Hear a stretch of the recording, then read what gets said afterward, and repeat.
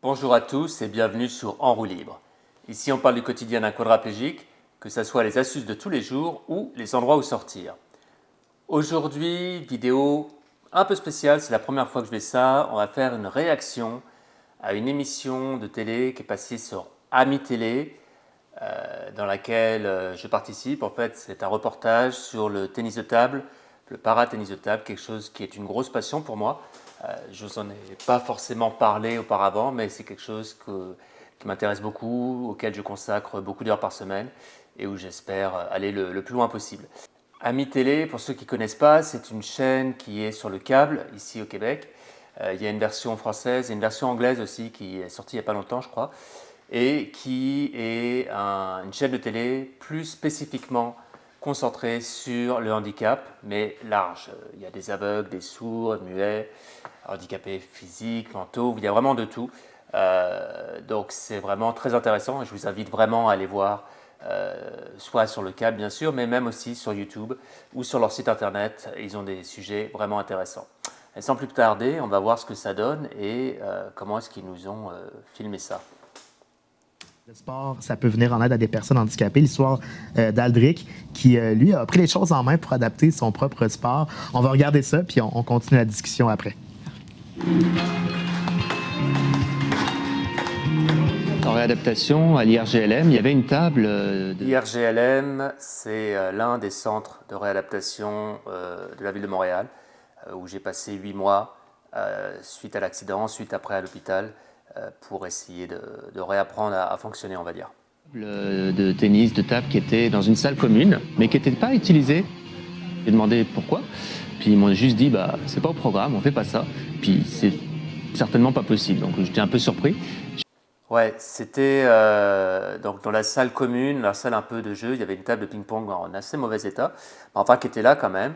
Moi, je jouais déjà au ping-pong quand j'étais beaucoup plus jeune en France. C'est pas très populaire au Québec malheureusement, c'est un peu vu comme un sport de plage là. Va falloir changer ça. Et du coup, je leur ai demandé, ok, comment est-ce que je peux jouer avec eux à ça? Puis là, ils m'ont dit, tu peux pas fermer tes doigts, tu peux pas tenir la raquette, on n'en a même pas de raquette, alors c'est pas possible. Et donc du coup, j'étais un peu déçu, un peu surpris aussi. J'ai regardé sur internet ce qu'ils faisaient, j'ai vu que c'était un sport paralympique, que oui, il y avait possibilité de jouer, qu'il fallait trouver un moyen d'attacher la raquette, que les règles étaient très proches, on va en parler plus tard dans la vidéo. Et du coup, on a fini par jouer. Et j'espère qu'on a fini par changer un peu les mentalités là-dessus et qu'il y en a d'autres qui ont suivi. Et que, je vais en parler plus tard dans la vidéo, mais que c'est quelque chose qui, à mon avis, est vraiment pertinent pour les gens handicapés. C'était possible, ça se faisait beaucoup en Europe, en Asie, que c'était même aux Jeux paralympiques, tennis en fauteuil, même pour les tétras. Et donc du coup, je les ai encouragés, on a trouvé des adaptations et on a commencé à jouer en réadaptation au tennis de table finalement.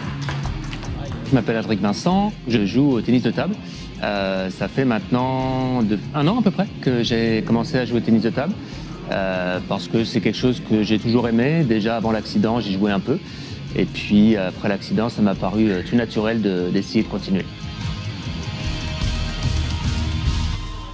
Donc moi, je ne peux pas utiliser mes doigts. Donc c'est sûr que si j'étais pour tenir la raquette comme ça, on aurait très vite un problème. J'utilise ça. Ça, c'est une bande, plutôt une bande médicale quand on se fait des entorses, des choses comme ça. Ça se trouve dans les pharmacies. Donc c'est vraiment simplement pour serrer la... Ok, tant qu'à faire, je vais vous montrer comment je fais.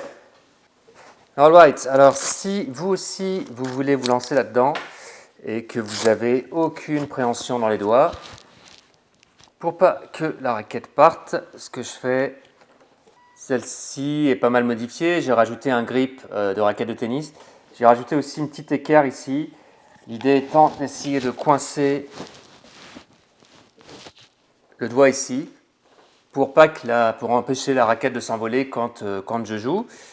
Et ensuite, j'utilise cette bande, qui est une bande médicale. Ça se trouve facilement dans les pharmacies, ça se trouve sur Amazon. J'ai fait un petit trou ici à la base pour glisser le pouce. Et ensuite, pas évident comme ça, mais ensuite, je serre la bande le plus possible. Et à la fin, il y a un velcro pour l'attacher. Et donc, du coup, ça me permet de tenir la raquette.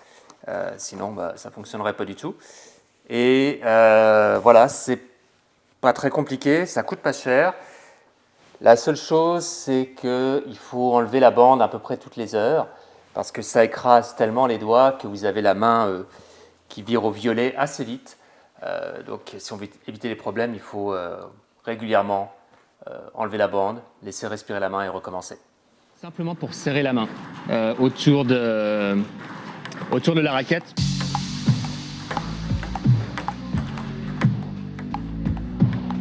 Ce que j'aime particulièrement, premièrement, c'est très accessible. C'était il y a plusieurs mois, j'ai pas mal progressé depuis là. Pas besoin d'un fauteuil spécial. Il y a 20 $ de raquettes, balles. Si on fait quelque chose d'entrée de gamme, c'est très peu cher. Oui, il faut une table, mais on peut même avoir simplement un filet qu'on peut mettre à la maison. Il y a beaucoup de monde qui fait ça pour avoir du fun simplement. Puis si on veut aller plus loin, on va dans un club et puis c'est pas très cher. Donc tout ça est très accessible. Quand on est en fauteuil comme moi, c'est les mêmes règles. Il y a une petite différence au niveau du service et tout le reste est pareil. Donc on peut jouer avec quelqu'un en situation de handicap, oui, mais on peut jouer avec quelqu'un qui n'en a pas du tout et avoir du fun. Ouais, c'est quelque chose de vraiment important, je veux vraiment insister là-dessus. Les sports adaptés, il y en a beaucoup. Bien souvent, il faut un fauteuil spécial, il faut investir beaucoup d'argent. Ça peut coûter 2 000, 3 000 $ pour un fauteuil, voire plus. Ça prend des fois du monde pour vous aider. Et en plus, bien souvent, vous ne pouvez pas jouer avec des personnes qui ne sont pas en situation de handicap. Les règles n'ont aucun rapport. Voire des fois, c'est des sports qui n'existent que pour les personnes avec un handicap. Tennis de table, c'est votre fauteuil normal. Vous pouvez jouer même avec un fauteuil motorisé. Pas besoin de roue spéciale, pas besoin de rien. Il y en a pour quelques dollars de raquettes. Oui, ça prend une table, comme je dis, mais oui, c'est assez facile d'avoir un filet qu'on rajoute sur n'importe quelle table si c'est juste pour s'amuser entre amis. Vous pouvez jouer face à quelqu'un en fauteuil ou bien avec quelqu'un en fauteuil, mais vous pouvez aussi jouer avec quelqu'un qui n'a pas de handicap. Ça fonctionne, c'est les mêmes règles. Moi, je m'entraîne, il n'y a personne qui est en fauteuil là où je m'entraîne. Et je vais vous mettre en lien de là où je m'entraîne d'ailleurs si ça vous intéresse. Et on a du fun. Évidemment, je me fais souvent battre, mais parfois je progresse et j'en bats aussi. Et c'est les mêmes règles. Donc je trouve que c'est hyper intéressant et que ça devrait être développé le plus possible, justement pour les personnes en fauteuil et autres. Donc je m'entraîne régulièrement avec Jean-François au CTTL, le club de tennis de table de Longueuil. Puis on s'entraîne beaucoup. Par exemple, Jean-François m'envoie des balles, puis je les renvoie en revers. Et puis moi, ça me permet de m'entraîner. C'est toujours de pratiquer les deux côtés. Donc, Aldric a un revers. Oui, c'est pas faux. Comme ça ici. Et il y a un coup droit. Donc, on va souvent commencer au revers. Donc, j'envoie des balles. Lui, son objectif, c'est d'avoir une cible. Tiens, on va lui en donner une, tiens. J'en profite pour remercier le club de tennis de table de Longueuil qui m'ont accueilli alors qu'ils n'avaient jamais fait ça auparavant. On n'était pas sûr comment on allait faire fonctionner ça et ils m'ont super bien accueilli. On a trouvé des solutions et voilà, maintenant ça fait plus d'1 an que je suis avec eux. Je suis bien intégré, mais sans eux, je n'en serais pas là. Tiens. Son objectif, c'est de viser la cible. Il faut avoir des réflexes, un minimum, parce que la balle peut aller très vite. Ça prend le souhait de vouloir essayer. Je trouve que c'est un sport qui n'a pas sa place au niveau des personnes en situation de handicap, qui devrait être beaucoup plus développé au Québec. Si je pense d'autres sports qui sont vraiment incroyables, comme le rugby, il faut quand même un fauteuil à 3 000, 4 000 pièces. Il faut un club, il faut un stade. C'est ce que je vous disais. Beaucoup de choses. Là, on peut jouer avec ses enfants en fin de semaine sans avoir besoin d'aller dans un stade spécial, matériel spécial, d'avoir des règles à part. On peut même jouer en double. Donc c'est vraiment ouvert à tous là. Moi personnellement, je trouve ça très libérateur là. Vous avez vu comment je sers, je mets la balle sur la raquette, je lève et je tape. Je ne peux pas mettre la balle dans l'autre main parce que je ne suis pas capable d'ouvrir la main pour lâcher la balle au bon moment. Puis si je le fais, elle va se retrouver n'importe où. Donc voilà, c'est comme ça que je procède pour le service. Parce que on peut taper fort. Quand le coup passe, c'est très exaltant. Quand on gagne, c'est le fun aussi. C'est encore plus le fun quand on gagne face à quelqu'un qui n'a pas de handicap, je trouve. C'est pas pour diminuer, mais c'est vrai que Quand on se fait dire que toute notre vie sera différente et puis qu'on ne pourra pas faire les mêmes choses que les autres et puis on ne pourra pas être au même niveau que les autres, de se prouver que pas forcément le cas, c'est génial. Donc c'est pas mal ça qui me passe par l'esprit, on va dire, quand je joue là. C'est cool. C'est extraordinaire. Vraiment. Là, j'interviens, on est la directrice de Parasport Québec. Parasport Québec, pour le moment, il n'y a pas vraiment de structure pour ce qui est du tennis de table. C'est très peu pratiqué. Déjà, je crois que dans toute l'équipe québécoise, il y a peut-être 6 ou 7 personnes. Je m'en vais avec eux d'ailleurs à la fin du mois au championnat canadien, donc on va avoir l'occasion de les rencontrer. Je ferai une vidéo avec ça. En fauteuil, apparemment, je suis le seul. Donc, je me sens un peu seul pour l'instant. Et c'est sûr que Parasport Québec, quand je leur ai parlé de vouloir faire du tennis de table, ils m'ont dit pour l'instant, il n'y a pas grand-chose. Bien évidemment, ils m'ont encouragé à aller de l'avant et à essayer de développer ça. Mais pour le moment, on est très limité. Alors, s'il y a des para ou tétra ou des gens en fauteuil qui regardent et qui aiment le tennis de table, n'hésitez pas à me laisser un commentaire. Je peux vous dire où est-ce que je joue et on peut essayer de faire de quoi ensemble. Puis ça se passe bien pour Aldric. Il va participer à un Omnium à Toronto prochainement dans le but de faire l'équipe nationale. Puis je trouvais ça super intéressant ce qu'il nous disait sur le travail avec les clubs locaux dans les régions pour créer des parasports. Vous travaillez beaucoup avec les fédérations sportives à travers le Québec pour les aider à créer des volets para ou des volets adaptés. Exact, exact. En fait, nous autres, notre objectif, c'est vraiment de sensibiliser les clubs puis les acteurs dans le milieu pour qu'il y ait juste l'ouverture d'esprit, puis éventuellement aussi la créativité pour recevoir des gens qui ont un handicap. Puis c'est vraiment intéressant ce qu'Aldric fait, parce que c'est vraiment la preuve. Là. C'est, OK, un quad, normalement, tenir une raquette, on voit bien que c'est à peu près impossible, mais il faut juste comme réfléchir un peu sur comment... Mettre du bandage. Comment le bandage. Il n'y a pas d'un outil spécialisé pour ça, c'est juste qu'il faut faire preuve un peu de jugeote. Puis son coach, bien évidemment, là, il fait vraiment une bonne job pour l'accompagner là-dedans. Puis c'est un peu ça qu'on cherche. Fait que nous, avec les fédérations, tranquillement, on commence à tisser des liens puis à réfléchir avec eux comment on peut adapter les sports. Puis ça va beaucoup passer par la formation. Là. Puis c'est sur ce volet-là qu'on travaille présentement. La formation des coachs, des entraîneurs. Oui, effectivement. Donc, s'il y a des clubs locaux de différents sports qui voudraient développer un volet para qui aurait besoin de conseils, on peut passer par vous?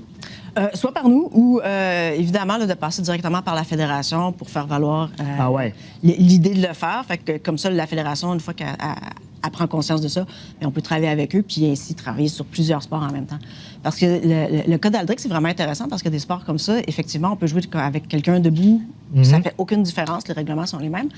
Mais pas tout à fait vrai. Il y a 2 exceptions au niveau du règlement. Au niveau du service, vous n'avez pas le droit de faire des services fantômes.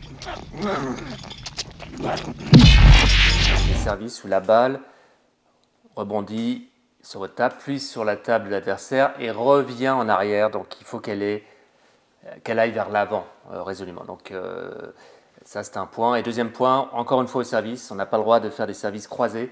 Donc il faut que ça reste à l'intérieur des 2 lignes droites de la table, au niveau du deuxième rebond. C'est les 2 seules exceptions, tout le reste c'est pareil. Éventuellement, c'est aussi le fun d'être capable de développer une ligue para pour justement, comme dans son objectif, d'aller jouer à des plus hauts niveaux. Puis c'est ça, on veut servir tout le monde. On veut servir ceux qui veulent justement, comme il dit, jouer avec ses enfants, s'amuser un peu, récréatif. Mais aussi, s'il y en a qui, tranquillement, pensent que ça serait une avenue intéressante que de faire du haut niveau, on veut aussi être capable de les accompagner là-dedans. C'est pas mal ça. Beau reportage, c'était sympa. Bon, c'était il y a quelques temps déjà, mais c'est bien que ça passe. Voilà, je pense qu'on a fait le tour, mais vraiment, n'hésitez pas à me contacter si vous êtes intéressé. On a besoin de plus de monde au Canada, au Québec qui joue à ça. C'est beaucoup moins populaire qu'en Europe ou en Asie, bien sûr. Et puis, je trouve ça dommage. Il faut développer ce sport le plus possible. J'en ai marre d'être tout seul, en résumé. Donc, venez m'aider, venez jouer avec moi. Merci d'avoir regardé cette vidéo jusqu'au bout. N'hésitez pas à vous abonner si ce n'est pas déjà fait et à la prochaine.